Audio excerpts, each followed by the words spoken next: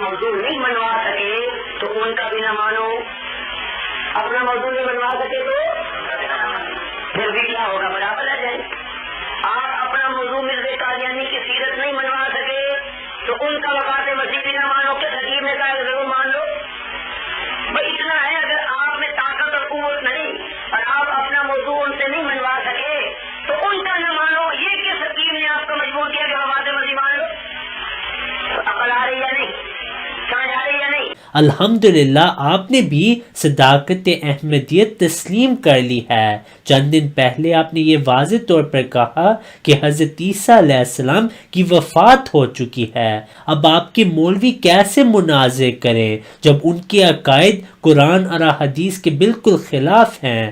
آپ تو خود ہی مان چکے ہیں کہ حیات مسیح کا عقیدہ قرآن اور حدیث سے ثابت ہی نہیں. پھر ختم نبوت پر بھی بہت مناظرے ہوئے اور آپ کے مولویوں نے اپنے عوام الناس کو پھر یہ تعلیم دی کہ احمدیوں کے ساتھ اس موضوع پہ بھی بات نہیں کرنی. حمزہ علی عباسی صاحب آپ کے علماء بھی تسلیم کر چکے ہیں کہ جو مولوی ہیں احمدی مسلمانوں کے ساتھ مناظرے نہیں کر سکتے کیونکہ احمدی مسلمانوں کے پاس قرآن کریم ہے اور مولویوں کے پاس کچھ بھی نہیں. پہلے شروع کریں گے کہ اللہ کے رسول اللہ علیہ السلام نے یار حدیث میں فرمایا نہیں تھا کہ ہر صدی میں اللہ تعالیٰ مجدد بھیجے گا، اس لیے 1400 سال میں آتے رہیں. اس صدی کا مجدد کون ہے پھر اگر مرزا غلام نہیں؟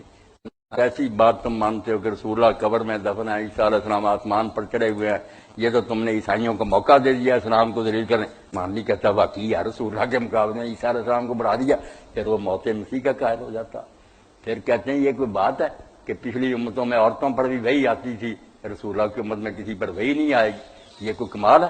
یہ تو انعام ہی بند ہوگا کہ موسیٰ کی ماں کو وہی آئی، مریم کو آئی، حضور کی امت میں آئی. بھائی بچا سکتے ہیں ورنہ کسی کے پاس جواب نہیں ان باتوں کا. وہ دلیل کر دیتے ہیں کہ عورتیں پچھلی امتوں کی جو وہی آئے اور حضور کی امت کو وہی نہ آئے. کیا جواب ہے ان مولویوں کے پاس؟ یہی بات انہوں نے خواجہ ناظم الدین سے کہی تھی، بیچارے شرمندہ ہو. تحریک ختمے میں وہ چل رہی تھی، یہ ملے جا کے انہوں نے کہا خواجہ صاحب درود شریف پڑھے نا. انہوں نے پڑھا، کہنے لگے کریں چل نہیں. اے اللہ محمد ان کی آل پر رحمت کر جس طرح تو نے ابراہیم اور ان کی آل پر کی. کہنے لگے کیا ابراہیم اور اس کی آل پر رحمت کی تھی؟ کہا نبی بنائے تھے. انہوں نے کہا اگر اس امت میں بن نہیں نبی دعا کیوں کرتے ہو کہ ابراہیم کی آل پر جو رحمت کی تھی وہ جب حضور کی آل پر ہونی ہی نہیں تو مانگتے ہو کیوں؟ جواب ہی نہیں آیا. خواجہ صاحب بیچارے چپ ہو گئے. اور یہ جو کرتے ہیں نا طاہر قادری صاحب کراتے ہیں ختم نبوت دیوبندی، میں ایک قادیانی کو بلا دوں گا اگر یہ جواب دے گا میرا یہاں کر ہے، ان کے پلے کچھ نہیں. لیکن سر اگر آپ نے ویسے جذبات نکالنے ہیں ضرور نکالیں. اگر قادیانی کے خلاف آپ نے علمی مواد دیکھنا ہے نا تو صرف ہماری ویڈیوز ہیں، اور میں نے اپنے اس پلیٹ فارم سے کئی بار کہا کہ میرے علاوہ کسی کو حق حاصل نہیں کہ قادیانیوں کے خلاف بات کریں، کیونکہ وہ ننگا کر دیں گے آپ کو، وہ کہیں گے آپ کے بزرگوں کی عبارتیں بولیں، مجھے نہیں کر سکتے. سوال کیا ہے کہ حضرت موسیٰ علیہ السلام کی جو والدہ تھیں وہ پہلی امتوں میں تھا نا جی میرے بھائی. میں نے کشف الہام پہ مسئلہ 6b دیا ہے کہ اگلی امتوں میں کشف بھی ہوا کرتا یہ آپ کی بڑی عجیب و غریب سی بات ہے. کیا یہ تو بلکہ مفتی ساق صاحب ایک دفعہ بتاتے کہ ایسے سوال کر کے تو مرزائی چپ کرا دیتے ہیں مسلمانوں کو کہ یار یہ پچھلی امتوں کی فضیلت مانے اپنی امت میں انکار کر. حضرت مولانا اسد مدنی ان کی ملاقات ہوئی حضرت والد صاحب سے مسجد نبوی شریف میں، تو انہوں نے بتایا کہ اس وقت قادیانیوں کی صورتحال یہ ہے کہ قادیانی مبلغ وہ دارالعلوم دیوبند کے اندر گھس آئے ہیں اور وہ کہتے ہیں کہ ہم سچے لوگ ہیں، اگر تم ہمیں غلط سمجھتے ہو تو آؤ ہمارا مقابلہ کرو، ہمیں دلائل سے جھوٹا ثابت کرو. مگر ہمارا کوئی عالم اور مولوی ان کا مقابلہ کرنے کی جرت نہیں کرتا. مگر ہمارا کوئی عالم اور مولوی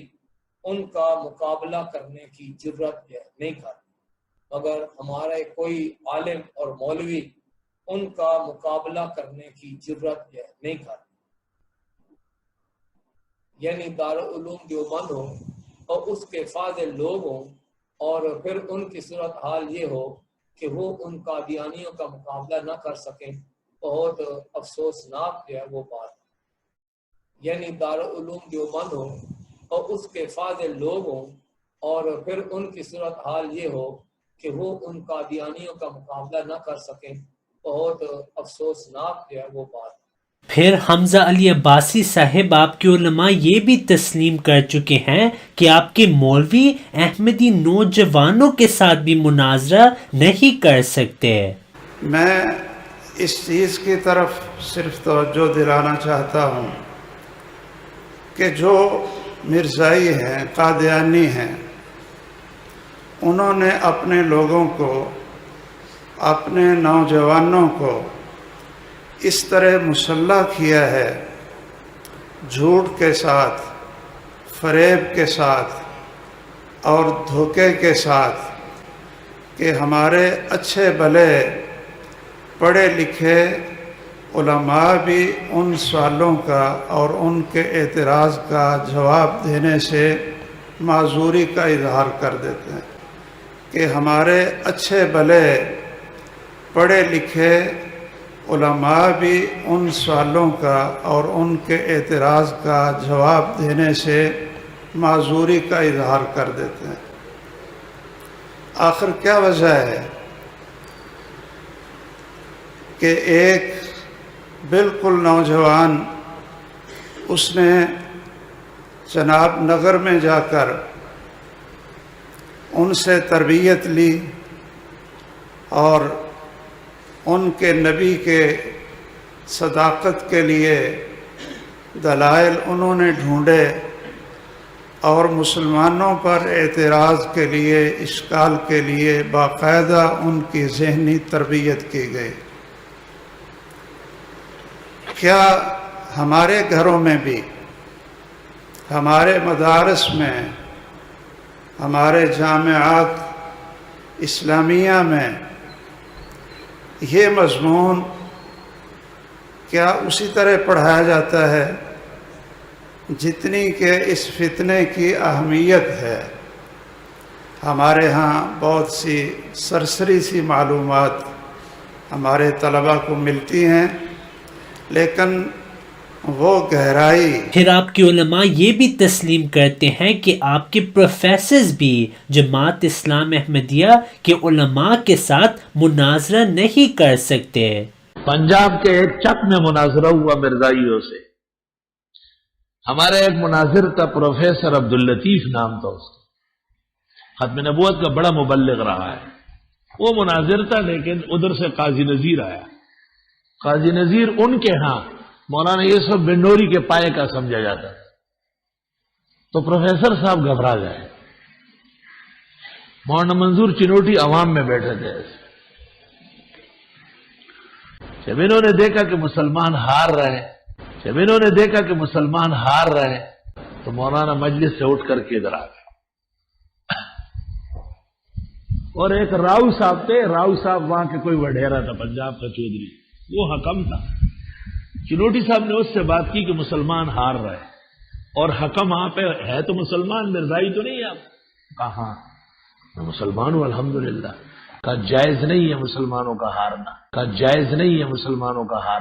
پھر آپ کے مشہور مولوی طارق جمیل صاحب بھی جماعت اسلام احمدیہ کے دلائل کا جواب نہیں دے سکے. جہاں دیوبندی فیل ہوئے، جہاں وہابی فیل ہوئے، یہاں ایک مرزائی تھا ایلیٹ فورس کا، اس نے پوری ایلیٹ فورس کو تگنی کا ناچ نچا رکھا تھا. وہ طارق جمیل کے پاس سنی اس کو لے کر چلے گا، جی بہت بڑے مولوی صاحب ہیں. لوگوں نے جا کے کہا جی جی یہ قادیانی ہے، اس کے چند سوالات ہیں. طارق جمیل صاحب کہیں گے ہاں جی کیا سوالات ہیں؟ اس نے سوال کیے تو اس نے کہا جی میں دعا کرتا ہوں اللہ آپ کو ہدایت نصیب. اس نے سوال کیے تو اس نے کہا جی میں دعا کرتا ہوں اللہ آپ کو ہدایت نصیب. دعا کر کے کٹ چڑے. انہیں کہا بس اے تواڈے مولویاں دا حال ہے. دعا کر کے کٹ چڑے. انہیں کہا بس اے تواڈے مولویاں دا حال ہے. مسلمہ عقیدہ ہے کہ جو شخص بھی مسیح کے نام پر آئے گا وہ لازماً نبی اللہ ہوگا. پرانا آئے گا یا نیا آئے گا یہ ایک الگ بحث ہے. اور تمہارے اپنے ماننے والے، تمہارے اپنے مفکرین یہ بھی لکھ چکے ہیں کہ ہوگا یقیناً نبی اللہ، اور پرانا نہیں ہوگا، بدن آخر سے ہوگا یا دوسرا شخص ظہور کرے گا، اور مہدی اور عیسیٰ دو الگ الگ وجود نہیں ہوں گے. بس جہاں تک جماعت احمدیہ کا تعلق ہے یہ مسئلہ اتنا واضح، اتنا قطعی، قرآن اور حدیث کی روشنی میں ایسا ثابت شدہ کہ روز روشن کی طرح واضح اور کھلا کھلا ہے, کوئی بھی اس میں شک کی گنجائش نہیں, کوئی اندھیرا نہیں ہے اس کے اوپر. اور 100 سال سے تم ہم سے جھگڑے کر رہے ہو, اور 100 سال سے یک طرفہ جماعت کے اوپر ظلم پر ظلم کرتے چلے جا رہے ہو, اور آج بھی ان ظلموں سے باز نہیں آ رہے. ابھی آج ہی سندھ سے ایک اور اطلاع ملی ہے کہ پہلے سکھر کے امیر کے اوپر حملہ کیا گیا تھا, ان کو زخمی کیا گیا, اس سے پہلے وہاں ایک شہید کر دیے گئے تھے. اب نواب شاہ کے امیر کو آج صبح 11 بجے شہید کر دیا گیا. کیا اس طرح یہ مسئلے طے ہوں گے؟ ایک احمدی شہید کرو گے, 2 کرو گے, 4 کرو گے, 1000 کرو گے, جتنے چاہو شہید کرتے چلے جاؤ. ہم تو یہ جانتے ہیں کہ خدا تعالیٰ انہیں زندہ ہی قرار دیتا ہے اور زندہ ہی قرار دیتا رہے گا. تمہیں توفیق نہیں ہے کہ جسے خدا زندہ کرے تم اس کو مار سکو. ہاں, جسے خدا نے مار دیا ہے اس کو زندہ کرنے کی کوشش کر رہے ہو. تم اس بات میں بھی ناکام رہے ہو, اس میں بھی ناکام رہو گے, اور کبھی عیسیٰ کو زندہ نہیں کر سکو گے. اگر جماعت کو مارنا ہے تو 10 یا 100 یا 1000 آدمیوں کو مارنے سے جماعت نہیں مرے گی. ایک آدمی کو زندہ کر کے دکھا دو, ساری جماعت مر جاتی ہے. اور وہ حضرت عیسیٰ علیہ السلام. اتنا لمبا جھگڑا ہو گیا, 100 سال ہو گئے, دنیا کہیں سے کہیں پہنچ گئی, اور آج سے 100 سال پہلے, اس سے بھی پہلے سے تمہارے علماء یہ کہتے ہیں کہ تم بالکل تباہ حال ہو چکے ہو, اسلام کا نام و نشان تمہیں باقی نہیں رہا. تو عیسیٰ بیٹھے کر کیا رہے ہیں اوپر سے, اوپر اترتے کیوں نہیں؟ احمدیوں کو مارنے کی بجائے ایک مرے ہوئے کو زندہ کر کے دکھا دو. اور میں جماعت احمدیہ کی طرف سے چیلنج دیتا ہوں تمہیں, اس بات پر جھگڑا ختم ہو جاتا ہے. اگر حضرت عیسیٰ علیہ السلام کو تم نے زندہ اتار دیا تو خدا کی قسم میں اور میری ساری جماعت سب سے پہلے بیعت کریں گے.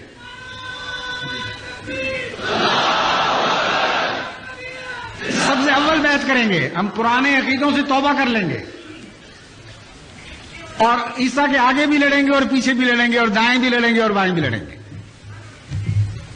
کیونکہ ہم تو ہاں کرنے والے, آمنا و صدقنا کہنے والوں میں شامل ہو چکے ہیں. لیکن یہ بھی میں تمہیں بتاتا ہوں کہ اگر تمہارا عیسیٰ, اگر وہ فرضی عیسیٰ جس کو تم پیش کر رہے ہو, بفرض محال اگر زندہ آسمان پر بھی گیا ہے تو وہ اتر بھی جائے گا, تب بھی تم اس کی مخالفت کرو گے, تمہارے مقدر میں مخالفت لکھی گئی ہے. یہ جھگڑا کیوں طے نہیں کرتے اس طرح؟ کیوں دعائیں نہیں کرتے؟ کیوں خدا کے حضور ماتھے نہیں رگڑتے کہ بہت بڑا اختلاف ہو گیا, دنیا کہیں سے کہیں پہنچ گئی, اے خدا اس عیسیٰ کو بھیج. تم سے تو اس معاملے میں یہودی بہتر ہیں کہ آج تک دیوار گریا کے پاس جا کے سر پٹکتے ہیں اور کہتے ہیں کہ اے خدا اس مسیح کو بھیج, اس ایلیا کو بھیج جس کے بعد مسیح نے آنا تھا. تمہیں کوئی حسرت نہیں, کوئی درد نہیں تمہارے دل میں اسلام کی زندگی کا. عیسیٰ تو عیسیٰ, ابھی تو دجال کا گدھا بھی ظاہر نہیں ہوا جس کے اوپر بیٹھ کر دجال نے سفر کرنے ہیں اور ہلاکتیں پھیلانی ہیں دنیا میں. پھر کہ جا کر کہیں عیسیٰ علیہ السلام کی باری آنی. کہانیوں میں بس رہے ہم, قصوں میں رہ رہے ہیں, تمہارا کوئی بھی تعلق باقی نہیں رہا. حسرت ہے تم پر, اور ہم ان حسرتوں کے ساتھ تمہارے لیے دعائیں کرتے ہیں. میں اس خدا کی عزت و جلال کی قسم کھا کے کہتا ہوں جس کے ہاتھ میں میری جان اور تمام احمدیوں کی جان ہے, کہ اگر واقعتاً عیسیٰ زندہ ہے اور ہم جھوٹے ہیں تو ہم سب کو ہلاک کر دے اور نیست و نابود کر دے. مگر خدا کی قسم عیسیٰ مر چکا ہے اور اسلام زندہ ہے. آج اسلام کی زندگی تم سے ایک فدیہ چاہتی ہے, وہ کیا ہے؟ عیسیٰ کی موت. اس لیے عیسیٰ کو مرنے دو, اسی میں اسلام کی زندگی ہے. السلام علیکم ورحمۃ اللہ.